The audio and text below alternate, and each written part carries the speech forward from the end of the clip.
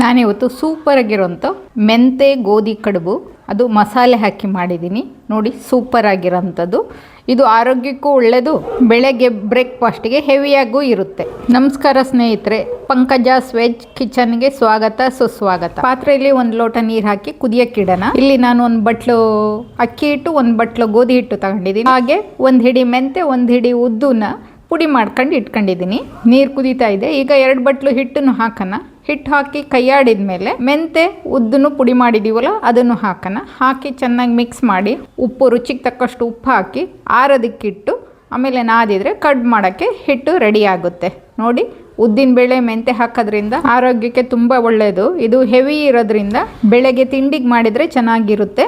ಇದು ತುಪ್ಪದ ಜೊತೆಗೆ ತಿನ್ನಬೇಕು, ಆವಾಗ ಇನ್ನೂ ರುಚಿ ಹೆಚ್ಚು. ನಮ್ಮೂರ ಕಡೆ ಎಲ್ಲ ಗೋಧಿ ಕಡುಬನ್ನ ಶಕ್ತಿ ವರ್ಧಕ ತಿಂಡಿ ಅನ್ನೋ ಥರ ಬಳಸ್ತಾರೆ. ತಿಂಗ್ಳುಗಟ್ಟಲೆ ಕಂಟಿನ್ಯೂಸ್ ಮಾಡಿ ಕೊಡ್ತಾರೆ ತಿನ್ನೋದಕ್ಕೆ. ಬಾಡಿ ವೀಕ್ ಇದ್ದರೆ ಹೆಲ್ತ್ ಇಂಪ್ರೂವ್ ಆಗಲಿ ಅನ್ನೋದಕ್ಕೂ ಮಾಡಿ ಕೊಡ್ತಾರೆ ಇದನ್ನು. ನಾವು ಚಿಕ್ಕವರಿದ್ದಾಗಿಂದ ಈ ತಿಂಡಿ ತಿಂದಿರೋದ್ರಿಂದ ನಮಗೆ ಇದು ಭಾರಿ ರುಚಿ ಅನಿಸುತ್ತೆ. ಹೊಸೊಬ್ಬರಿಗೆ ಕಷ್ಟ ಆಗ್ಬೋದೇನೋ ಗೊತ್ತಿಲ್ಲ. ತುಂಬ ರುಚಿಯಾಗಿ ಘಮ ಘಮ ಅನ್ನೋ ತಿಂಡಿ ಇದು. ಗೋಧಿ ಕಡುಬು ಮಾಡೋಕ್ಕೆ ಹೆಚ್ಚಿಗೆ ಐಟಮ್ಗಳು ಏನು ಬೇಕಿಲ್ಲ, ಮನೆಯಲ್ಲಿರುವ ಸಾಮಗ್ರಿಗಳಿಂದನೇ ಮಾಡಬಹುದು. ಹಿಟ್ಟನ್ನು ಚೆನ್ನಾಗಿ ನಾದ್ಕೊಂಡ್ಮೇಲೆ ಅದಕ್ಕೆ ಸ್ವಲ್ಪ ಈರುಳ್ಳಿ, ಕರಿಬೇವು, ಕೊತ್ತಂಬರಿ ಸೊಪ್ಪು ಹಾಕಿ ಮಿಕ್ಸ್ ಮಾಡಿ ಉಂಡೆ ಮಾಡಿದ್ದೀನಿ ನೋಡಿ. ಈ ಥರ ಒಂದೊಂದು ಉಂಡೆ ಚಪಾತಿ ಹಿಟ್ಟಿನ ಸೈಜಿಗೆ ಮಾಡ್ಕೊಂಡು ಆಮೇಲೆ ಅದರಲ್ಲಿ ಅರ್ಧ ಮಾಡ್ಕೊಂಡು ಉಂಡೆ ರೆಡಿ ಮಾಡ್ಕೊಂಡ್ರೆ ಒಂದೊಂದು ಬಟ್ಲು ಕಡುಬಿಗೆ ಕರೆಕ್ಟಾಗಿ ಆಗುತ್ತೆ.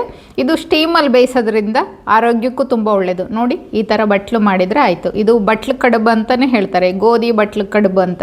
ನಮ್ಮ ಕಡೆ ಎಲ್ಲರ ಮನೆಯಲ್ಲೂ ಮಾಡ್ತಾರೆ. ಇದಕ್ಕೆ ಬಟ್ಲು ಕಡುಬು, ಗೋಧಿ ಬಟ್ಲು ಕಡುಬು ಅಂತಲೇ ಹೇಳ್ತಾರೆ. ಇದಕ್ಕೆ ಮಸಾಲೆ ಹಾಕಿ ಮಾಡ್ತಾರೆ, ರವೆ ಹಾಕಿ ಮಾಡ್ತಾರೆ. ನಾನೀಗ ಗೋಧಿ ಅಕ್ಕಿ ಹಿಟ್ಟು ಹಾಕಿ ಮಾಡಿದ್ದೀನಿ. ಇದು ತುಂಬ ಆರೋಗ್ಯಕ್ಕೆ ಒಳ್ಳೆಯದು. ಆದ್ದರಿಂದ ನೀವು ಒಂದ್ಸತಿ ಟ್ರೈ ಮಾಡಿ, ಒಳ್ಳೆ ತಿಂಡಿ ಆಗುತ್ತೆ. ಮಕ್ಕಳಿಗೂ ಇದು ಇಷ್ಟ ಆಗುತ್ತೆ ಅಭ್ಯಾಸ ಆದರೆ. ನಾನು ಈಗ ಸ್ಟೀಮಿಗೆ ಪಾತ್ರೆ ಇಟ್ಟಿದ್ದೀನಿ. ಮೊದಲೇ ಪ್ಲೈನ್ ಕಡುಬುನು ಮಾಡಿ ಸ್ಟೀಮಲ್ಲಿ ಇಟ್ಟಿದ್ದೀನಿ. ಈಗ ಮಸಾಲೆ ಮಾಡಿರೋದನ್ನು ಇಡ್ತಾ ಇದ್ದೀನಿ. ಈಗ ಮೆಂತೆ ಕಡುಬನ್ನ ಸ್ಟೀಮಲ್ಲಿ ಇಡ್ಲಿ ಪಾತ್ರೆಯಲ್ಲೇ ಬೇಯಿಸಬೇಕು. ಇಡ್ಲಿ ಥರನೇ 10ರಿಂದ 15 ನಿಮಿಷ ಸ್ಟೀಮ್ ಮಾಡಿದರೆ ಸಾಕು. ಕಡುಬು ಬೆಂದು ರೆಡಿ ಆಗ್ತದೆ. ಘಮ ಘಮ ಅಂತ ಪರಿಮಳ ಬರುತ್ತೆ ನೋಡಿ. ಎಲ್ಲ ಬಟ್ಲನ್ನು ಜೋಡಿಸಿದ್ದೀನಿ. ನಮಗೆ ತುಂಬ ಇಷ್ಟವಾದ ತಿಂಡಿ ಆಗಿದೆ. ನೀವು ಒಂದ್ಸತಿ ಟ್ರೈ ಮಾಡಿ. ಎಷ್ಟು ಚೆನ್ನಾಗಾಗುತ್ತೆ ಅಂದರೆ ಅಷ್ಟು ಚೆನ್ನಾಗಿರುತ್ತೆ. ಮಕ್ಕಳಿಗೂ ತಿನ್ನೋದಕ್ಕೆ ಇಷ್ಟಪಡ್ತಾರೆ. ಇದು ತುಂಬ ಹಳೆ ತಿಂಡಿ ಆಗಿರೋದ್ರಿಂದ ಎಲ್ಲರಿಗೂ ಆರೋಗ್ಯಕ್ಕೆ ಒಳ್ಳೆಯದೇ ಇರುತ್ತೆ. ಹಿಂದಿನವರೆಲ್ಲ ಏನು ತಿಂಡಿ ಮಾಡಿದ್ರು ಅದಕ್ಕೊಂದು ಅರ್ಥ ಇಟ್ಟೇ ಮಾಡ್ತಾಯಿದ್ರು. ಇದು ತುಂಬ ರುಚಿಯಾಗಿರೋದೇ ಆಗಿರುತ್ತೆ. 15 ನಿಮಿಷ ಬೇಯಿಸಿದ್ದೀನಿ. ಕಡುಬು ಬೆಂದಿದೆ. ಈಗ ತಟ್ಟೆಯಲ್ಲಿ ಸರ್ವ್ ಮಾಡ್ತೀನಿ. ಮೆಂತೆ ಚಟ್ನಿ, ಕಾಯಿ ಚಟ್ನಿ ತುಪ್ಪದ ಜೊತೆ ಸರ್ವ್ ಮಾಡಿದ್ದೀನಿ ನೋಡಿ. ಇದು ತುಪ್ಪದಲ್ಲೇ ಅಜ್ಜಿ ತಿಂದರೆ ತುಂಬ ಒಳ್ಳೆಯದು, ಅಷ್ಟು ರುಚಿಯಾಗಿರುತ್ತೆ. ಆಮೇಲೆ ಜೀರ್ಣನೂ ಆಗುತ್ತೆ, ಯಾಕೆಂದರೆ ಹೆವಿ ಎಲ್ಲ ಮೆಂತೆ ಎಲ್ಲ ಹಾಕಿರೋದ್ರಿಂದ. ಹಳೆ ಕಾಲದ ರೆಸಿಪಿ ನಿಮಗಿಷ್ಟ ಆಗಿದ್ದರೆ ಸಬ್ಸ್ಕ್ರೈಬ್ ಮಾಡಿ, ಶೇರ್ ಮಾಡಿ, ಲೈಕ್ ಮಾಡಿ, ಕಾಮೆಂಟ್ ಮಾಡಿ. ಧನ್ಯವಾದಗಳು. ಮತ್ತೆ ಸಿಗೋಣ.